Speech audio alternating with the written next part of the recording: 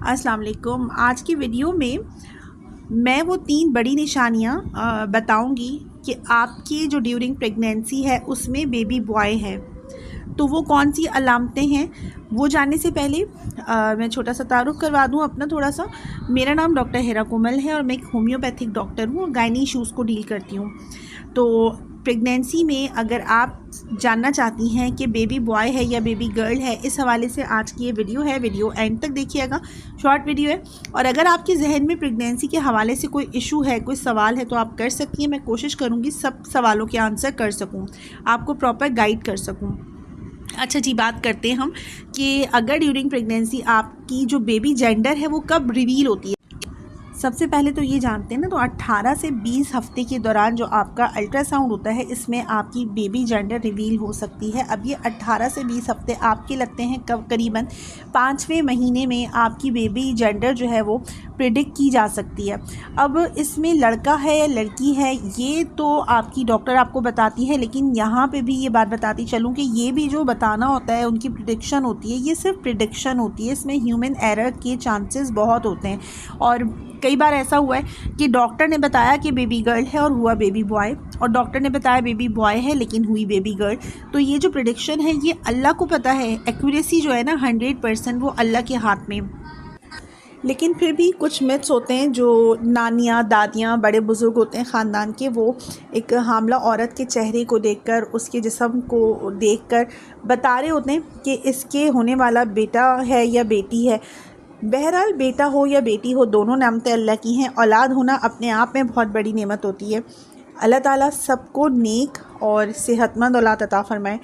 हम आज के इस वीडियो में कुछ मिथ्स बेस्ड बात करेंगे कि वो ऐसे कौन से 3 मेन सिम्टम्स हैं जो देखकर ज़्यादातर प्रेडिक्शन दी जाती है कि इस औरत के जो है वो बेबी बॉय है या सबसे पहले ही जो अलामत है वो ये है कि दौराने हमल अगर किसी औरत के बेबी बॉय है तो उसका जो खाना खाने का दिल चाहेगा वो सॉल्टी नमकीन खाना खाने का दिल चाहेगा, या अचार खाने का दिल चाहेगा, नमक खाने का, नमकीन जो खाने होते हैं, चिप्स वगैरह, क्रैकर्स, ये इस तरह खाने का अगर माँ का दिल चाहता है तो बड़ी बुज़ुर्ग जो होती हैं वो ये कहती हैं कि इसके बेटा होने के चांसेस ज़्यादा हैं।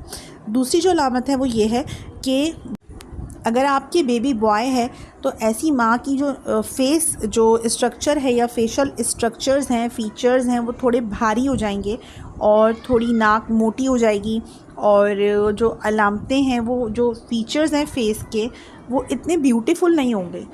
जो लड़के की माँ का जो फेशियल स्ट्रक्चर है उसमें नाक मोटी होगी, चमक रही होगी, या फेशियल स्ट्रक्चर बहुत थोड़े से हैवी हो जाएंगे, तो ये अलामत है कि इसके बेबी बॉय होगा। तीसरी अलामत है कि गर्दन की। अगर आप एक हामला औरत की गर्दन को देखें, नेक को देखें, तो वो वहाँ से काली होगी, भद्दी टाइप की होगी, मोटी गर्दन हो जाएगी। मैं अगेन ही बात कहूँगी कि ये सारी बातें मिथ्स बेस्ड बातें हैं। इसमें एक्यूरेसी 100% नहीं होती, तो इसको 100% आप ना लीजिएगा। तीसरी जो अलामत है वो ये है कि अगर ये साइंटिफिकली प्रूवन बात है, जो आखिरी अलामत है वो ये कि अगर बेबी बॉय है तो आपकी जो बच्चे की हरकत है वो आपको जल्द महसूस होगी, यानी कि जो मैंने बताया 18 से 20 हफ्ते के दरमियान महसूस हो जानी चाहिए।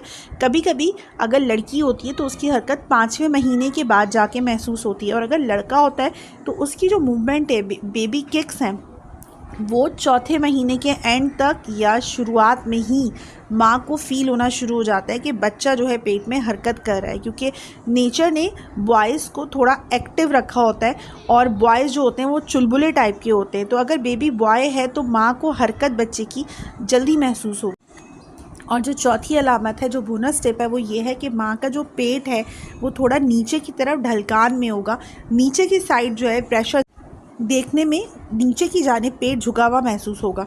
तो ये कुछ मिथ्स भी हैं, कुछ अलामतें भी हैं जो आपके बेबी बॉय होने के हो सकते हैं।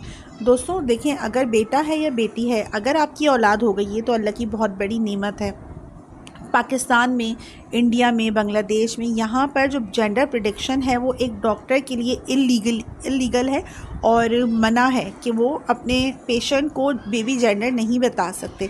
यहाँ की जो सोसाइटी है उसको देखते हुए कुछ ऐसे कवानीन बनाए गए हैं, ऐसे कानून बनाए गए हैं जहाँ पर डॉक्टर को बेबी जेंडर बताना मना होता है। लेकिन अगर हम यूरोपियन कंट्रीज़ की बात करें, वहाँ पे आसानी के साथ वो लोग जेंडर प्रेडिक्ट कर देते हैं और इस चीज़ को इलीगल कोई मना नहीं होता।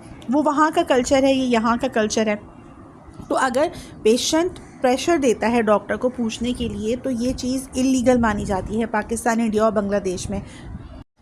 तो भैया आप अपनी डॉक्टर से सोच समझ के सवाल कीजिएगा, थोड़ा सेफ साइड पे होकर सवाल कीजिएगा, क्योंकि ये इलीगल है।